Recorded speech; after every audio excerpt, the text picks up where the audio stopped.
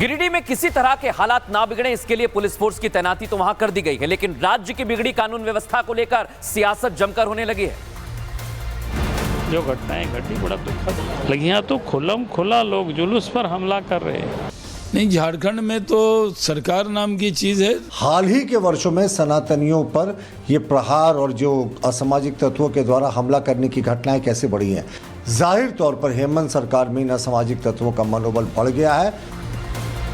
झारखंड के गिरिडीह में जिस तरह होली पर हिंदुओं की टोली को जुलूस निकालने का कुछ मुसलमानों ने विरोध किया, इस पर बीजेपी झारखंड की हेमंत सोरेन सरकार को घेर रही है।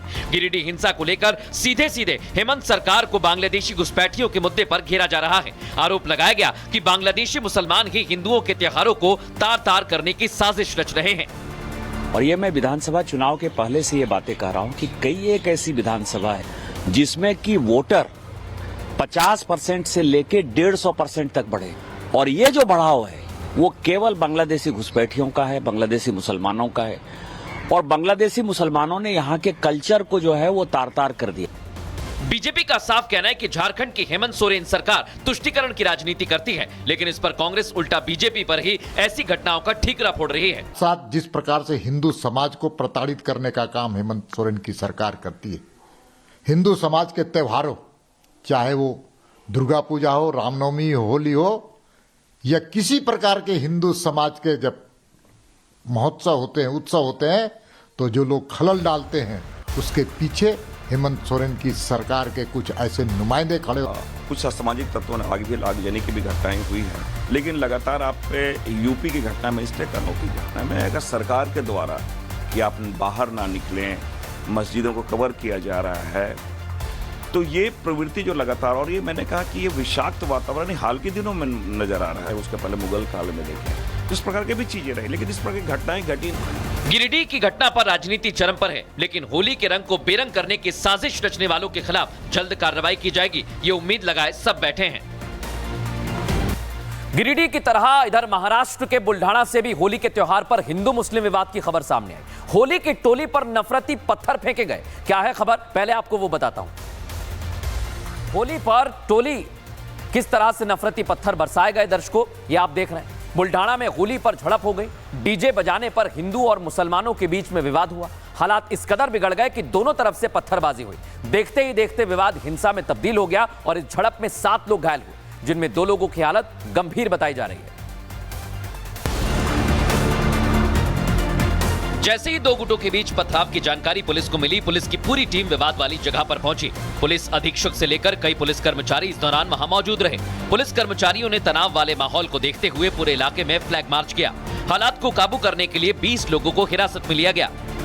इथे वाद्य वाजवण्याच्या कारणाने 2 गटांमध्ये काही काळ तणाव निर्माण करत होता। आम्ही ताबडतोब इथे आमचे ॲडिशनल पोहोचले स्पॉटवरती। आमचे 4-5 पोलिसांचा स्टाफ पोहोचला, RCP, SRPF सगळे पोहोचले आणि सिच्युएशन ताबडतोब 10 ते 15 मिनिटात कंट्रोलमध्ये आणली। 20 लोकांना आम्ही ताब्यात घेतलं आहे या प्रकरणी आणि पुढील कार्यवाही चालू आहे। 2 जखमी आहेत असं समजतं आम्हाला।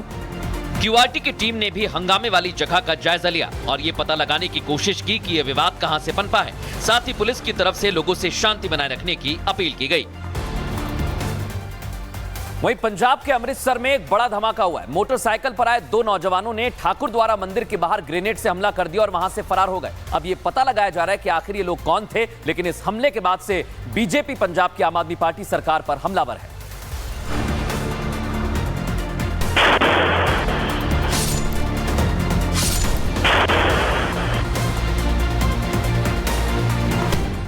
रात के 12:41 का वक्त था जब अमृतसर के ठाकुर द्वारा मंदिर के बाहर ग्रेनेड से हमला किया गया।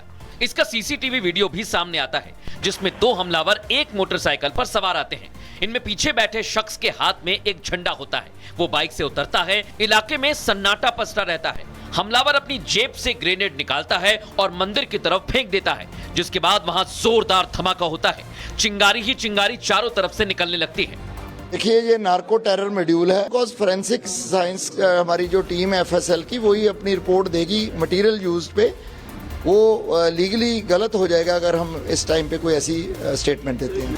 हमले की जानकारी मिलने के बाद पुलिस और फोरेंसिक टीम वहां पहुंची और जांच करती है। ये ग्रेनेड हमला इतना ताकतवर था कि मंदिर की पहली मंजिल की दीवार, दरवाजे और शीशे टूट गए। वहां रहने वाले लोगों का भी कहना है कि इसकी आवाज जोरदार थी और बहुत दूर तक सुनाई दी।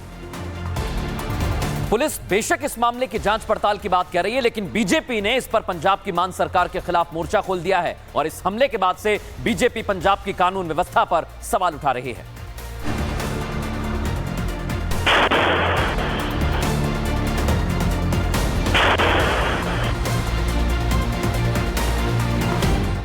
बीजेपी का कहना है कि पंजाब में आम आदमी पार्टी की सरकार ना नशे की तस्करी पर लगाम लगा पा रही है और ना ही कानून व्यवस्था को संभाल पाने में पूरी तरह सक्षम है। उसी का नतीजा ये ग्रेनेड अटैक है। सवाल तो बीजेपी ये भी उठा रही है कि मंदिर के बाहर ही हमला क्यों किया गया। नवंबर से अगर रिपोर्टेड इंसिडेंट्स देखें तो कम से कम 10 से 11-12 ग्रेनेड ब्लास्ट अलग अलग जगहों पर पंजाब में हुए हैं। बिना खौफ के ग्रेनेड फेंके जा रहे हैं।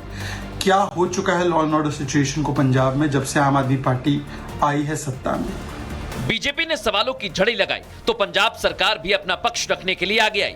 मान सरकार में मंत्री कुलदीप सिंह ने कह दिया कि इस हमले में कोई घायल नहीं हुआ है। 16 घंटे होने को हैं, अभी तक कोई हमलावर पकड़ा नहीं गया है, लेकिन दावा है कि उनकी पहचान की जा चुकी है।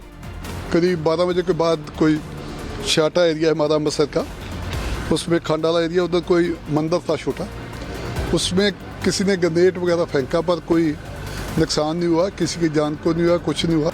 जल्दी जो जिन लोगों ने ये कार्रवाई की है, 2 आदमियों का पता चला जो मोटरसाइकिल पे थे, तो पुलिस जांच कर रही है, 1 दिन में पकड़ लेंगे, कोई बात नहीं। इधर पंजाब पुलिस मंदिर के बाहर हुए ग्रेनेड हमले का कनेक्शन पाकिस्तान से जोड़ रही है। पाकिस्तान पर वहां के युवाओं में अशांति फैलाने का ठीकरा फोड़ रही है। ये कि पाकिस्तान ISI जो है वो टाइम टू टाइम हमारे यूथ को छोटे लालच के लिए उकसा के ये गलत काम कराने की कोशिश कर। सारे हमारे केसेस हुए हैं, 5-6 दिनों में ही हमने सारे ट्रेस कर लिए। इसको भी कर लेंगे और वाजिब सजा दिलाई जाएगी और मैं उनको चेतावनी भी देता हूं कि अपनी जिंदगी मत खराब। ठाकुर द्वारा मंदिर के बाहर हुए हमले ने पंजाब की सियासत को गरमा दिया है। अब तो ये पता लगाने की कोशिश है कि इस ग्रेनेड हमले के पीछे मकसद क्या था। ये हमलावर किसी के बहकावे में आकर अटैक करने पहुंचा था या इनके मंसूबे कुछ और थे।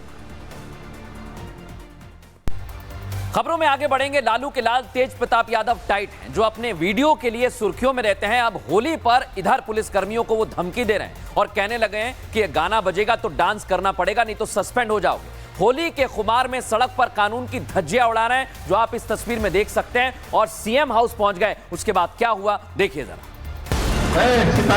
दीपक, आज नहीं तुक्का लगाओगे तो सस्पेंड कर दिए जाओगे।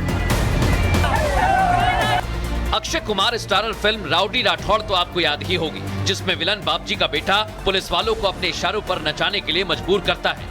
वैसा ही कुछ अब बिहार की धरती पर देखने को मिला, जहां लालू प्रसाद यादव के लाल तेज प्रताप होली के दिन खाकी को धमकी देते नजर आए।